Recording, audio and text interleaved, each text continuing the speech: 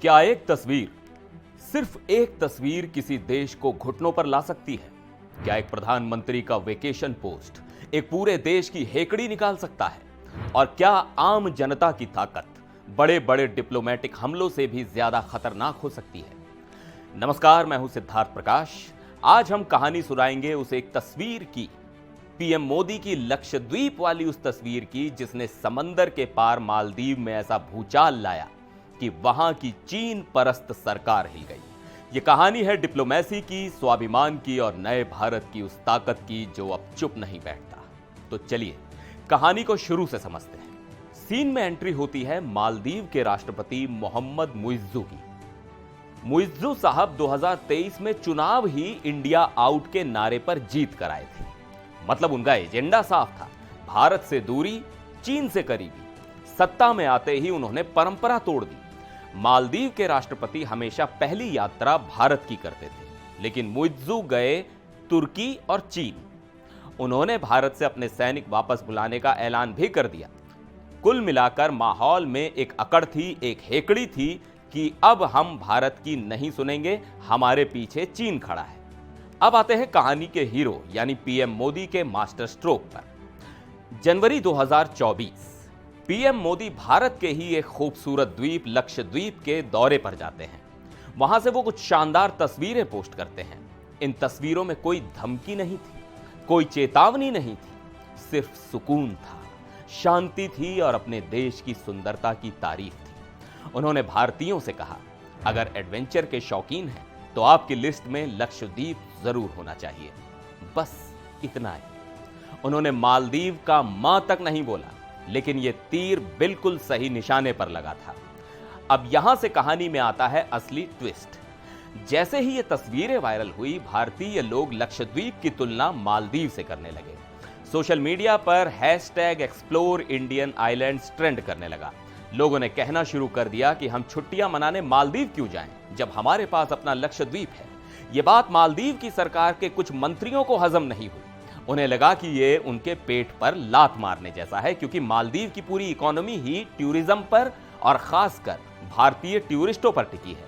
और फिर उन्होंने वो गलती कर दी जो इतिहास की सबसे बड़ी कूटनीतिक गलतियों में से एक गिनी जाएगी। मालदीव की मंत्री मरियम शिवना और उनके कुछ साथियों ने पीएम मोदी और भारत के खिलाफ बेहद अपमानजनक टिप्पणियां कर दी। भारत का मजाक उड़ाते हुए कहा गया कि भारत हमारे जैसी सर्विस दे ही नहीं सकता।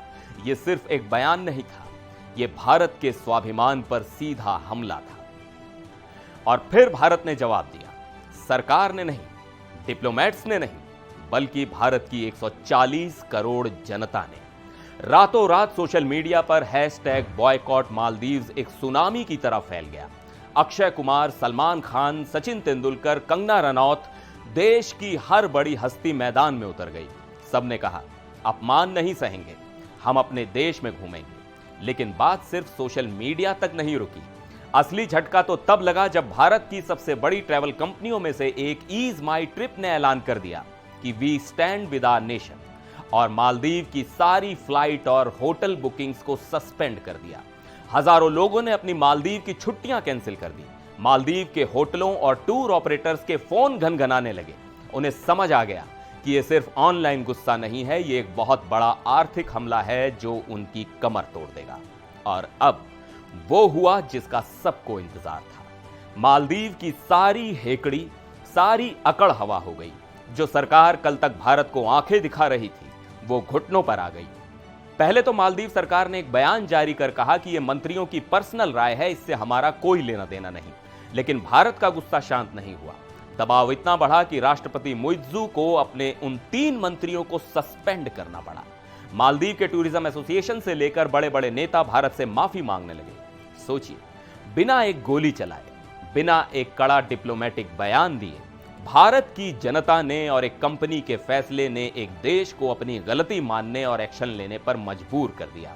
तो ये कहानी सिर्फ एक तस्वीर या एक विवाद की नहीं है, ये कहानी है नए भारत की सॉफ्ट पावर की।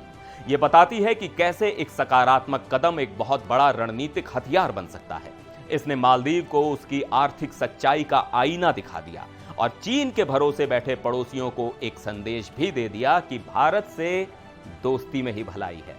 पीएम मोदी के उस वक्त एक वार ने न सिर्फ मालदीव की हेकड़ी निकाली बल्कि लक्षद्वीप को दुनिया के टूरिज्म मैप पर स्टार बना दिया। आपको क्या लगता है, क्या यह आधुनिक डिप्लोमेसी का सबसे बेहतरीन उदाहरण था? कमेंट्स में अपनी राय जरूर बताइएगा। मिलते हैं अगले वीडियो में, तब तक के लिए नमस्कार।